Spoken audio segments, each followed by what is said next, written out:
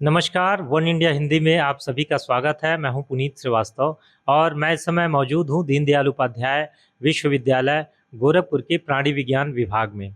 इस समय जो खास शख्सियत हमारे साथ बैठे हैं वो प्राणी विज्ञान विभाग के हेड प्रोफेसर रविकांत उपाध्याय जी हैं।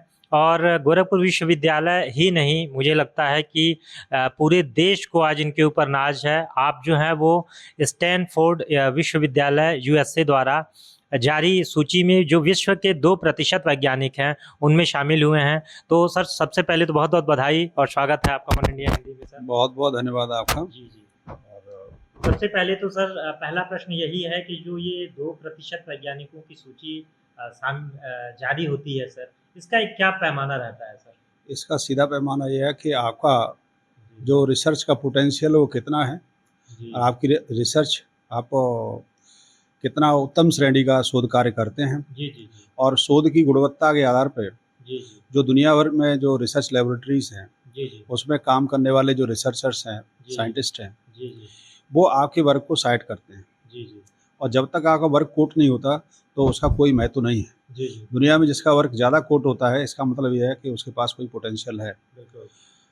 तो उसका जो आधार है स्टैनफोर्ड यूनिवर्सिटी का, जो स्कोपस साइटेशंस हैं टोटल एक वर्ष के, उसके आधार पर वो लिस्ट जारी करते हैं। जी जी जी और जिसका जितना साइटेशन है वो उस इंडेक्स में आ जाता है। उसमें दो इंडेक्सेस हैं, एक एच इंडेक्स है और दूसरी आई इंडेक्स है। जी जी जिनकी ज़्यादा होती है वो रैंक में आ जाते हैं। जी। कितने शोध सर आपने अब तक प्रकाशित किए हैं?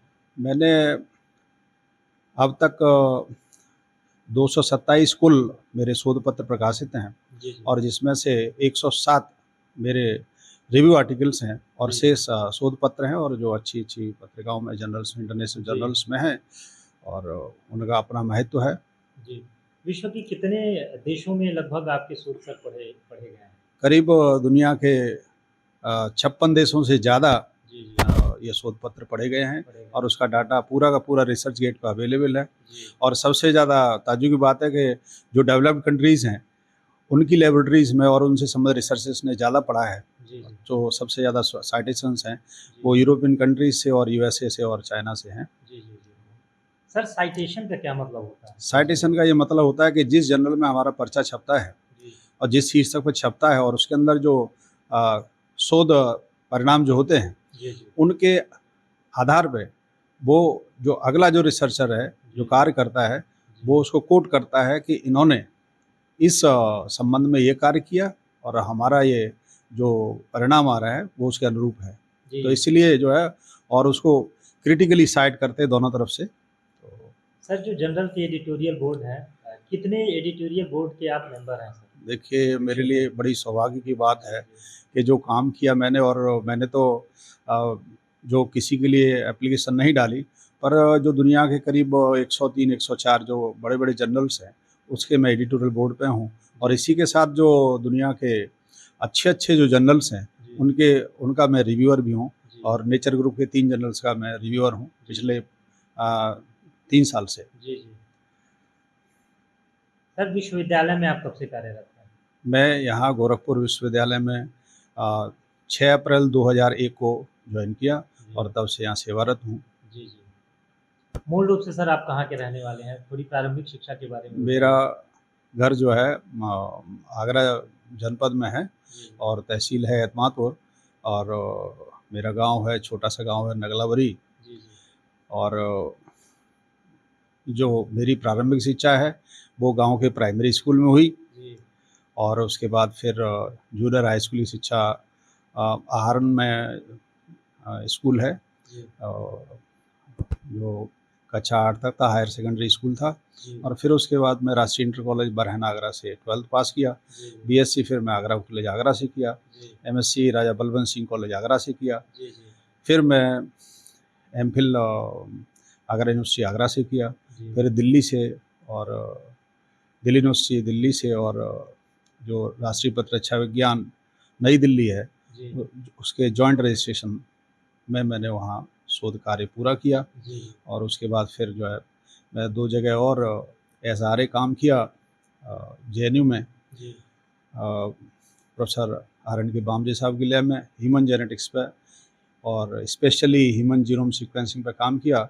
और फिर उसके बाद मैं 6 महीने जी जी यहाँ से जो पूर्व में था, जो national biotechnology research institute IARI, वहाँ मैंने राइस जीनोम सीक्वेंसिंग में भी काम किया 6 महीने, और उसके बाद मैं यहाँ आ गया। जी तो बड़ा मेरे लिए सौभाग्य की बात है कि मुझे मॉलिक्यूलर बायोलॉजी के फील्ड में दोनों एनिमल साइंसेज और प्लांट साइंस में काम करने का मौका मिला। जी और उसके बाद मैं 3 वर्ष अध्यापन कार्य किया अपने पेरेंटल डिपार्टमेंट में, आगरा यूनिवर्सिटी आगरा में जी जी इंस्टीट्यूट ऑफ बेसिक साइंस में 3 वर्ष पढ़ाया। और उसके बाद फिर मैं दिल्ली गया था, दिल्ली से फिर मैं गोरखपुर आ गया, और जी, जी। तब से मैं यहाँ गोरखपुर में कार्यरत हूँ, अपना शोध कार्य कर रहा हूँ, शिक्षण कार्य कर रहा हूँ। सर, अगर महत्व की बात करें तो जीव विज्ञान विभाग ये कितना महत्व रखता है छात्रों के लिए, युवाओं के लिए, समाज और देश के लिए? किस तरीके से अपना एक महत्व स्थान रखता है? देखिए, जो बायोलॉजिकल साइंसेस हैं वो दुनिया की जो अ,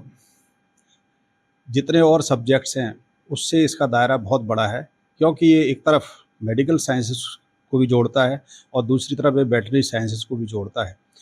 तो जो कोई भी रोग है या कोई शरीर के अंदर क्रिया कोई गड़बड़ी है, जी जी और या कोई किसी को बीमारी है, तो उसके तीनों के बारे में इसमें अध्ययन किया जा सकता है।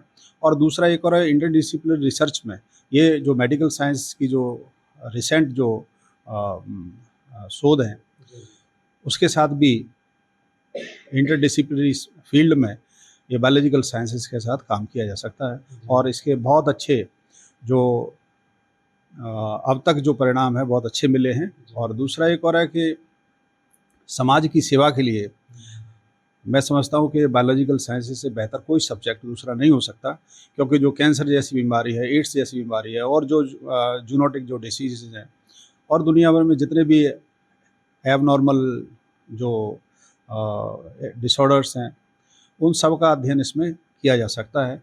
और जो रोग निदान है और रोग की रोकथाम के लिए, दोनों के लिए प्रयास सार्थक हो सकते हैं। जी। सर, अंत में आप युवाओं से क्या अपील करना चाहेंगे? मैं कहूँगा कि निरंतर मेहनत करिए, और निरंतर मेहनत करने का परिणाम है कि आप कुछ न कुछ जीवन में बहुत अच्छा करेंगे। और दूसरी एक चीज़ और है कि शिक्षा का उद्देश्य समाज की सेवा है और देश की सेवा है। और मैं समझता हूँ कि मानवता की सेवा और देश की सेवा और दुनिया की सेवा से बड़ा और कोई उत्तम कार्य नहीं हो सकता। और मैं ये कहूँगा कि भावी पीढ़ी को जो सब्जेक्ट चुनते हैं, कोई भी सब्जेक्ट कम नहीं है, परंतु जो बायोलॉजिकल साइंस में बच्चे हैं वो बेहतर भविष्य के लिए, क्योंकि इसमें बहुत सारे इंटरडिसिप्लिनरी फील्ड्स से जुड़े हुए हैं और उसमें वो सक्सेसफुल हो सकते हैं। जैसे फार्मेसी एंड फार्मास्यूटिकल साइंसेस है, मेडिसिनल केमिस्ट्री है, इसके अलावा जो मॉलिक्यूलर ऑन्कोलॉजी है, इम्यूनोलॉजी है, मॉलिक्यूलर बायोलॉजी है, जीनोम सीक्वेंसिंग है, बायोटेक्नोलॉजी है, और बायो इन्फॉर्मेटिक्स है। और इसके अलावा जो और भी जो जैसे एंटीबॉडी इंजीनियरिंग है, इसमें जो बहुत रिसेंट जो सब्जेक्ट्स हैं उनमें उन्हें काम करने का मौका मिल सकता है। तो दोनों लेवल पे जो है एक समग्र जो परिणाम है वो प्राप्त किया जा सकता है। जी। जैसे मेडिसिनल केमिस्ट्री में नई जो मेडिसिन्स हैं उनके आविष्कार के लिए, दूसरा किसी पैथोजन को आइडेंटिफाई करने के लिए, तीसरा जो दुनिया की जो जैव विविधता है उस पर भी काम किया जा सकता है, जीवों के संरक्षण के लिए काम किया जा सकता है, और जो पर्यावरण पर जो प्रभाव है औद्योगिकरण का, सब पे स्टडी इसमें है और की जा सकती है। और मैं समझता हूँ ये साइंटिफिक फील्ड जो बायोलॉजिकल साइंस का है बहुत अच्छा है, बहुत सर्वोत्तम है, और युवाओं को आगे आना चाहिए। बहुत बहुत धन्यवाद सर बात करने के लिए। तो आप थे प्राणी विज्ञान विभाग के हेड प्रोफेसर रविकांत उपाध्याय जी, जिन्हें विश्व के 2% जो वैज्ञानिक हैं उनमें शामिल किया गया है सूची में। अन्य खबरों के लिए आप देखते रहें वन इंडिया हिंदी।